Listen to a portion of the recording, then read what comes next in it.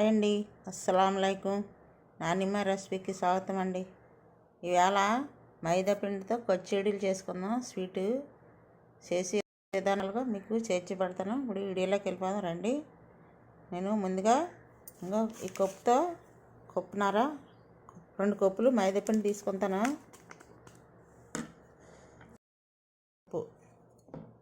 ఇంకా 2 కప్పులు మైదా, ఇంకా అరకప్పు 2 కప్పులు మైదాకి ఇంకా అరకప్పు రవ్వ వేస్తున్నాను, ఉప్మా రవ్వ.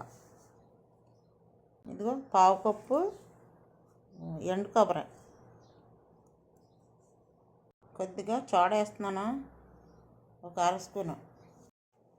కొంచెం సాల్ట్ వేసుకుందాం, ఒక స్పూను నెయ్యి వేసుకోవాలండి. వేసుకుంటే గుల్లగా వస్తాయి. మీకు ఇంకా ఎక్కువ కావాలంటే ఎక్కువ వేసుకోవచ్చు. మొత్తం అంతా కలిసిలాగా కలిపేసుకోవాలి. ఇదంతా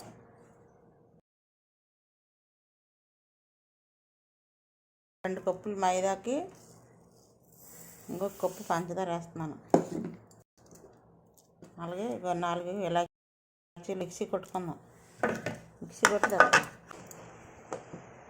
ఇంకో ఇది చూడండి, మొత్తం కలిపేసుకున్నాం కదా. ఇగో ఇలాగ రావాలా, చూసారా? ఇప్పుడు ఇందులో మనం మిక్సీ కొట్టుకుని పంచదార పొడి వేసుకుందాం. ఇందులో గోరువెచ్చని నీళ్ళు ఎన్ని కావాలో అన్నీ కొన్ని కొన్ని వేసి కలుపుకోవాలి.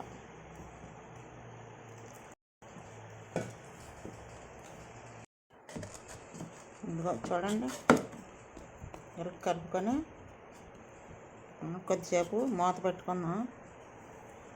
అది నాంతిది కదా, నోకేసాం కదా, నాంతిది.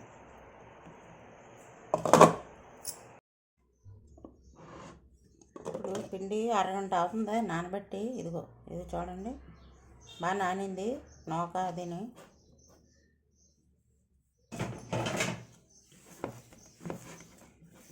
మళ్ళీ ఒకసారి మెత్తగా ఇంకోసారి ఇలా నలిపిసుకుంటాం.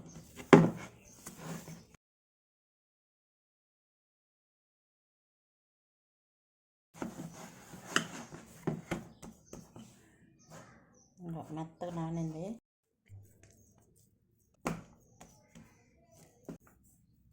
ఇది ఇలాగా కొంచెం మందంగా ఒత్తుకోవాలి, గట్టిగా దలసరి గుండిలాగా. ఓకేనా? అంతే.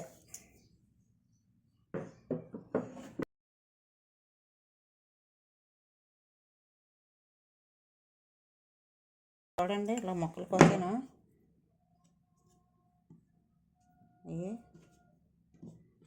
ఇప్పుడు ఆయిల్ వేడెక్కుతుందా,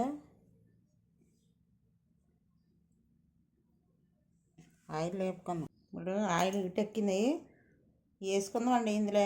ఇదిగో వేసేస్తున్నాను.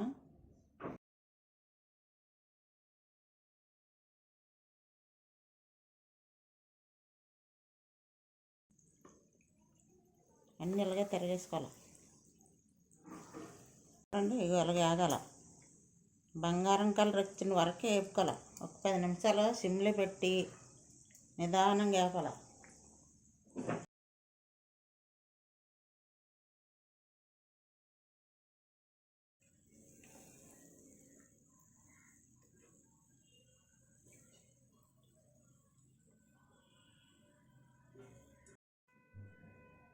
ఇందులో వేసుకున్నాం.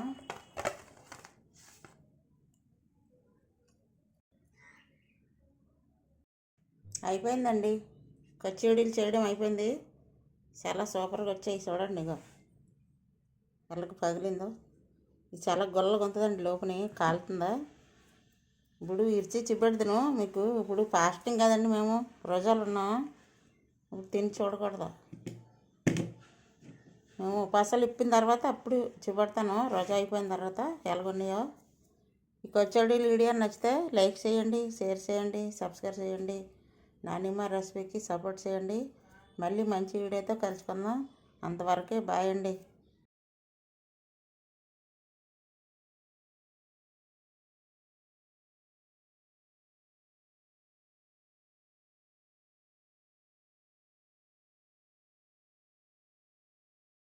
వీడియో అది